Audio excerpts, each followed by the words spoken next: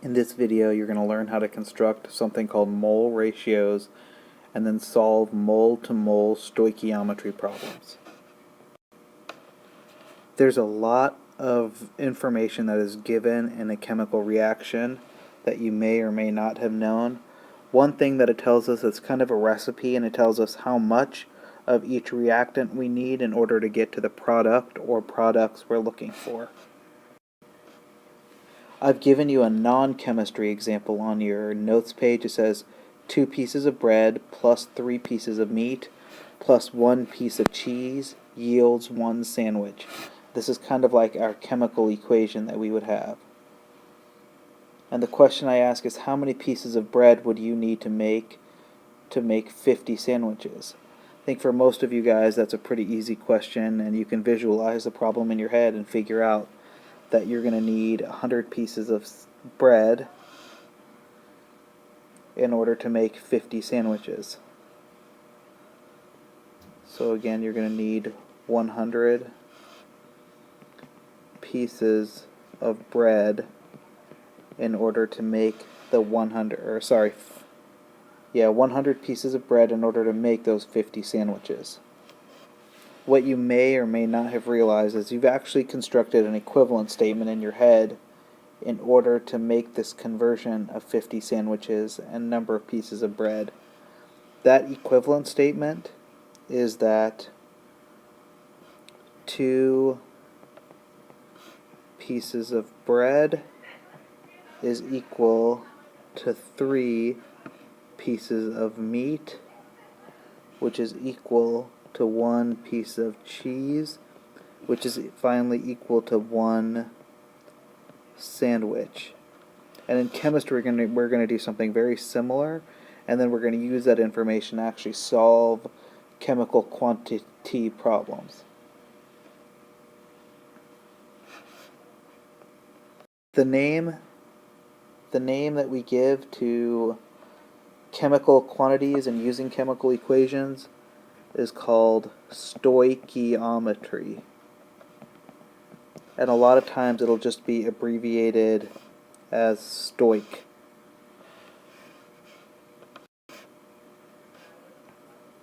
The dimensional analysis for our problem with the 50 sandwiches would look something like this.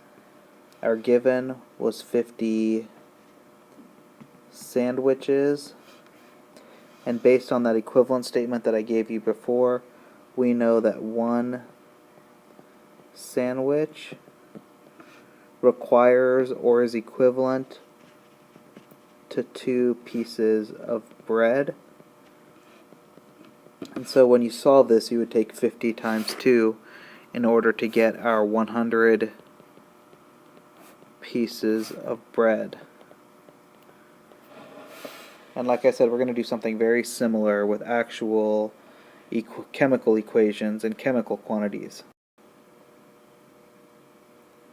So I've given you a balanced equation here. Carbon monoxide plus 2 hydrogen gas will combine to make CH3OH, which is called methanol. This is a synthesis reaction, as you might recall, because there is only one product. The coefficients that are in front, in this case a 1's there and a 1 is there, these coefficients can represent 2 different things. First off, they can represent moles. In other words, we could say that 1 mole of carbon monoxide must react with 2 moles of hydrogen gas to produce 1 mole of methanol.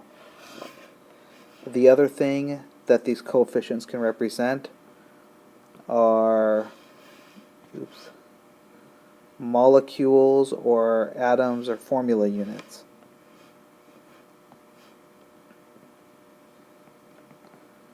So molecules, atoms, or formula units.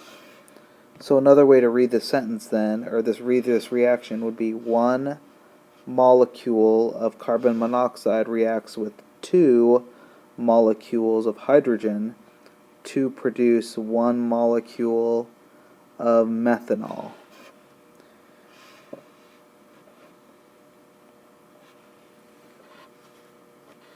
The thing that you're always going to have to start with in all stoichiometry problems is a balanced equation. That's going to be absolutely critical, that not only is it balanced, but it's balanced correctly.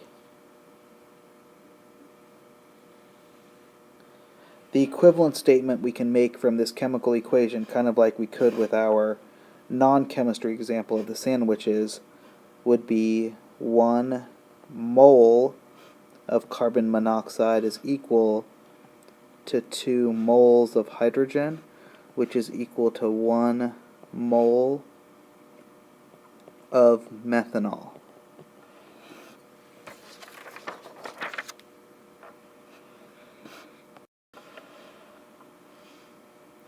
Okay, let's look at this term mole ratio. A mole ratio is just a ratio of any two things in a balanced equation. And when we're talking about mole ratios, we're talking about the coefficients in a balanced equation of the two things that we are comparing. Along with this mole ratio, we know that there are 2 other conversion factors that we have learned how to do in dimensional analysis. The first one was going from moles of something to things like atoms, molecules, and formula units, and back. And if you remember, whenever we're using this conversion factor, we always put a 1 next to mole, and we always put Avogadro's number next to the word atom, molecule, or formula unit. The second one that we learned in the last chapter, chapter 6, was going from moles of something, and A is generic for something, to the mass, in other words, the grams of that same exact thing and back. And remember, number 2 we called molar mass. And whenever we used molar mass, we always put a 1 next to the moles, and we always put the actual molar mass number next to the grams in the conversion factor. And now this third one is the only one where we can actually convert from one thing to something totally different. So we can go from moles of A now to moles of something totally different, or B, and back. And this is called the mole ratio. And in the mole ratio, we're going to put the coefficient of A next to that part, and we're going to put the coefficient of B next to that part. So the question I gave you there was if we want to know how many moles of CO are needed to produce 2.3 moles of methanol, what does the visual setup for the problem look like? Typically, what I try to do is visually set up the problem, and what that means is write out the balanced equation. So 1 carbon monoxide plus 2 hydrogen gas yields 1 methanol. And what I mean by visually set up the problem is underneath each thing, write down what we have. We know that we want 2.3 moles of methanol, and we're being asked how many moles of carbon monoxide. So under carbon monoxide, I'm going to put question mark moles, so I know that's what I'm looking for. That's the visual setup for the problem. Now let's go ahead and try to solve this problem using those 3 conversion factors that we just talked about. We're going to start out with the given. In this case, it's 2.3 moles of methanol. So moles of methanol is going to go here. And one thing that's going to help us is now we're allowed to go from moles of one thing to moles of something totally different. So let's go ahead and do that. let's go to moles of carbon monoxide. And it's this thing here, moles over moles, that's called the mole ratio. Going from moles of one thing to moles of something totally different. And remember, what we're going to do is use the balanced equation. So in front of moles of carbon monoxide is going to go the coefficient for carbon monoxide. And in front of moles of methanol is going to go the coefficient for methanol. So that's what our dimensional analysis is going to look like. So this is going to be 2.3 moles of carbon monoxide. So there's our final answer, 2.3 moles of carbon monoxide, because the moles of methanol cancels out. And again, it's this thing right here that's called the mole ratio, moles over moles.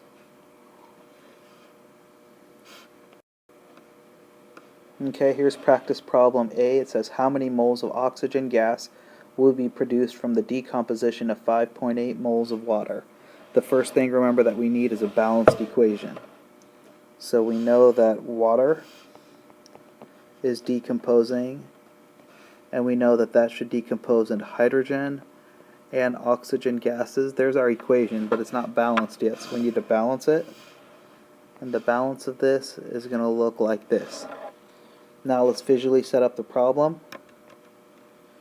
We have 5.8 moles of water, so under water I'm going to write 5.8 moles.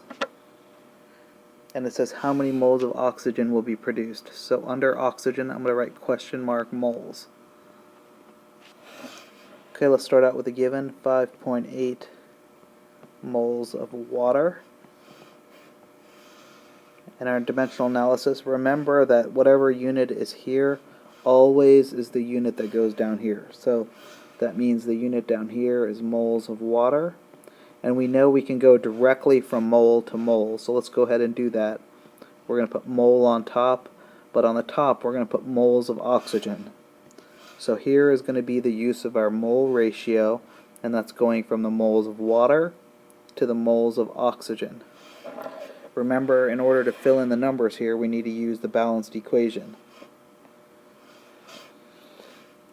So the number going in front of water is going to be the coefficient of water. The number going in front of oxygen is going to be the coefficient of oxygen. Let's go ahead and put those in now. The coefficient of oxygen was 1. The coefficient of water was 2. So this is what our dimensional analysis is going to look like. So essentially 5.8 divided by 2, which is 2.9 moles of oxygen. So there's our final answer for problem A. Okay, in problem B it says ammonia is produced by the combining of nitrogen and hydrogen gases. Calculate the number of moles of ammonia that can be produced from 1.30 moles of hydrogen. Let's first come up with a balanced chemical equation for this. We know that we're producing ammonia, and produced is a sign that that's on the right side of the reaction, and it says it's produced from nitrogen, which is N2, and hydrogen gases. So there's our unbalanced equation, and then balanced will look like this. So there's our balanced equation that we have to start with in order to do our stoichiometry. And we're trying to calculate the number of moles of ammonia. So under ammonia I'm going to put question mark moles. And we're starting with 1.30 moles of hydrogen. So under hydrogen I'm going to write 1.30 moles. Now let's go ahead and start with the only number that we were given in the problem, which is 1.30 moles of hydrogen.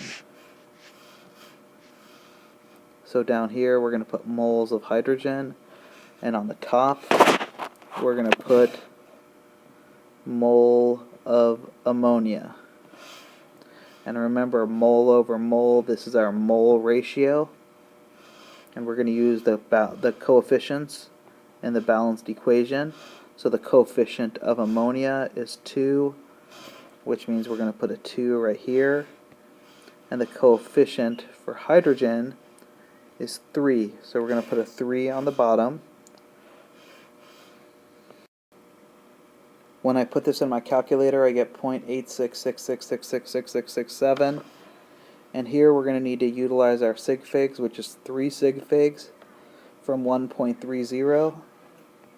So my final answer here is going to be 0.867. That's 3 sig figs, and our unit is moles of ammonia. So there's our final answer for B. Okay, practice problem C says, how much nitrogen will be required if I want to react 2.9 moles of hydrogen to make ammonia? So it looks like we're using the same balanced equation as before. So nitrogen gas plus hydrogen gas going to ammonia, and we do need to balance it. There's our balanced equation. It says how much nitrogen, so we're looking for the moles of nitrogen, and we have 2.9 moles of hydrogen.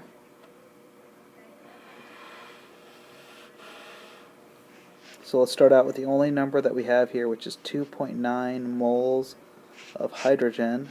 Now on the bottom here is going to be moles of hydrogen. Again, whatever unit is right here is always the unit that goes at the bottom there. And on the top we're going to put moles of nitrogen, and we know that we're allowed to go from mole to mole, and we call that the mole ratio, and we're just going to use the coefficients of the balanced equation. So the coefficient of nitrogen is 1, the coefficient of hydrogen is 3. So that's what our dimensional analysis is going to look like. And we're going to need 2 sig figs because of this in our answer. So 2.9 times 1 divided by 3, that's 0.9666666, repeating. With 2 sig figs, that's going to be 0.97 moles of nitrogen.